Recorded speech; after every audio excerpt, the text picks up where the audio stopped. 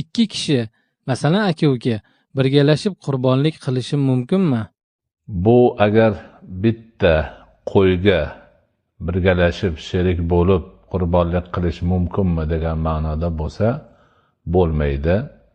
Bitta qo'y ikki kishining nomidan qurbonlik bo'lishi mumkin emas. Qo'yga va qo'yga o'xshagan kichik hayvonlarni qurbonlik qilganda bir kishidan bitta hayvon qurbonlik qilinadi. Mol, qoramolni, ya'ni katta hayvonni, tuyani qurbonlik qilganda bitta jonivorga 7 kishi sherik bo'lib qurbonlik qilishi mumkin bo'ladi. Agar o'sha 7 kishidan ikkitasi aka-uka bo'lsa, mayli.